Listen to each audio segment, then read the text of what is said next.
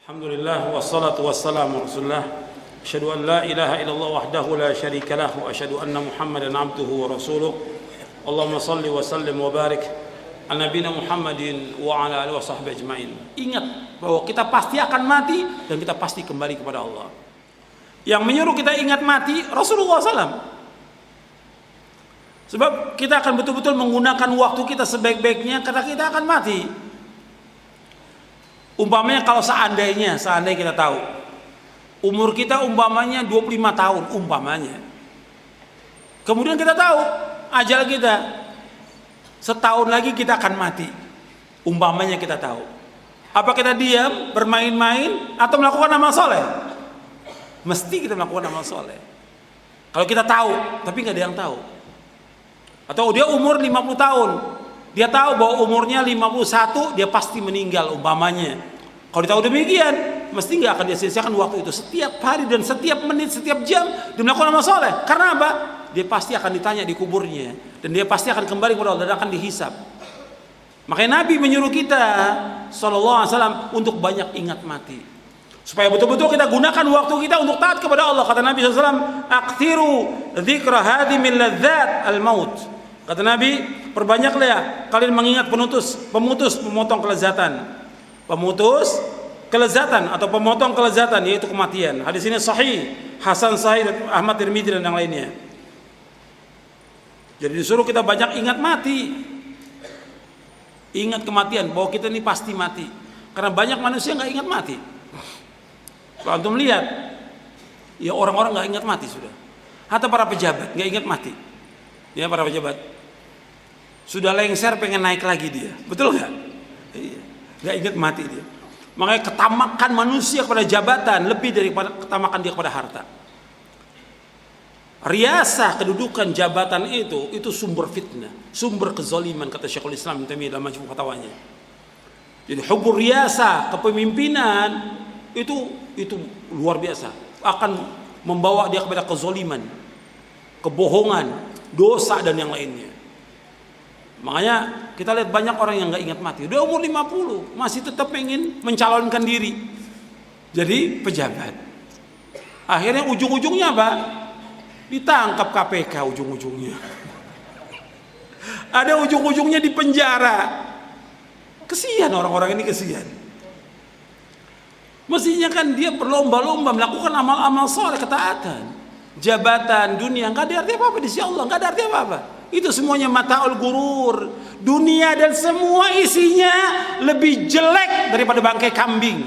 Dunia dan semua isinya lebih jelek daripada bangkai kambing, kata Rasulullah SAW. Ketika Nabi melewati seekor bangkai kambing, Nabi mengatakan kepada sahabat, siapa yang mau bangkai kambing ini? Kata sahabat, ya Rasulullah, cacat, telinganya cacat. Kalau seandainya dia hidup, kita nggak mau ternyata. Apalagi sudah jadi bangkai. Dunia ini lebih jelek dari bangkai kambing, kata Rasulullah SAW. Hadis sahih riwayat Muslim. Maka kenapa manusia berlomba-lomba dengan dunia? Rugi buat dia. Dengan jabatan, dengan kekuasaan, nggak ada artinya sama sekali. Dunia ini tidak ada harganya meskipun hanya seberat sayap nyamuk. Nggak ada harganya.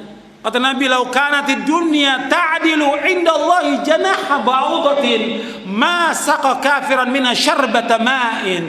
Kata Nabi, kalau seandainya dunia berharga seberat sayap nyamuk, orang kafir nggak akan diberikan minum oleh Allah. Setetes air nggak akan diberi. Dunia ini nggak ada harganya. Kalau nggak ada harganya, ya kita cari yang mana? Akhirat kita cari. Berlomba-lomba melakukan amal soleh. Ingat bahwa kita pasti akan mati dan kita pasti kembali kepada Allah.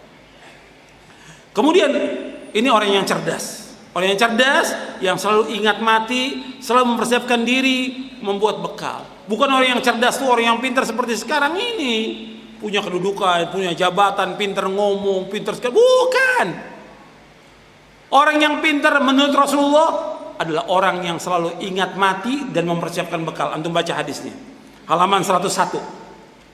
Jadi kalau antum mau tahu orang pintar, ya lihat nih sabda Rasulullah. Kata Rasulullah, "Ya Rasulullah, ayyul mu'minina afdal?"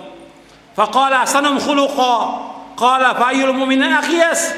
Qala aqtaruhum lil mauti dzikra wa ahsanuhum lima ba'dahu isti'dadan ulaikal akyas. Wahai Rasulullah, siapa orang yang mukmin yang paling utama? Yang paling utama orang mukmin yang mana? Rasulullah SAW menjawab, orang yang paling baik akhlaknya. Ingat, orang mukmin yang utama yang paling baik akhlaknya. Orang tersebut bertanya lagi, ya Rasulullah, orang mukmin yang paling cerdas, ayyul mu'min akyas. Akyas dari kayis, itu orang yang pintar, cerdas, jenius. Siapa orang yang paling jenius, yang paling pintar? Apa kata Rasulullah SAW? Aktsaruhum lil mauti dzikra wa ahsanuhum lima ba'dahu isti'dadan ulaikal akyas. Kata beliau, orang mukmin yang paling cerdas, orang mukmin yang paling pintar, orang mukmin yang jenius, beliau SAW menjawab, orang yang paling banyak mengingat kematian dan yang paling baik persiapannya untuk menghadapi apa yang terjadi setelahnya. Mereka itu orang-orang yang paling cerdas. Jadi kalau cerdas itu orang yang ingat mati, mempersiapkan bekal untuk akhirat. Orang mukmin. Sekarang saya mau tanya kepada antum, terutama yang ngantuk ini ya, yang ngantuk ini. Saya mau tanya, Allah menciptakan rahmat itu berapa? Coba tuh, yang ngantuk tuh. Iya, jangan nengok semua ke belakang. Jawab. Allah menciptakan rahmat berapa? Kok nggak jawab? Ini katanya anak-anak pondok sebagian ini. Kok nggak bisa jawab anak pondok? Atau saya tanya ustadz nih, jangan-jangan nih. Iya. Allah menciptakan rahmat berapa? Berapa? Allah ciptakan rahmat 100.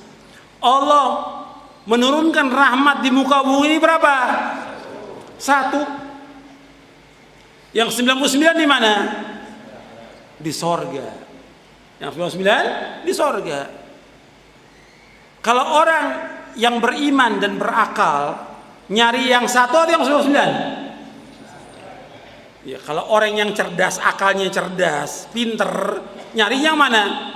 99, bukan yang 1. Yang dicari itu yang 99, bukan yang 1. Itu yang cerdas. Kita hidup dunia ini, semua Allah berikan, semuanya. Orang kafir, orang mukmin, orang munafik, orang jahat, semua diberikan oleh Allah rezeki semuanya. Cuma 1 rahmat. Tapi di sorga khusus untuk orang yang bagaimana? Beriman saja, itu 99 rahmat. Yang dipilih yang mana? Yang 99. Paham? Ini Islam tidak mengabaikan akal, diajak kita untuk berpikir. Maka Nabi menyebutkan tentang orang pintar. Saya ambil contoh yang lain lagi, yang gampang ini, yang gampang tentang sholat berjamaah. Sholat berjamaah fadilahnya berapa?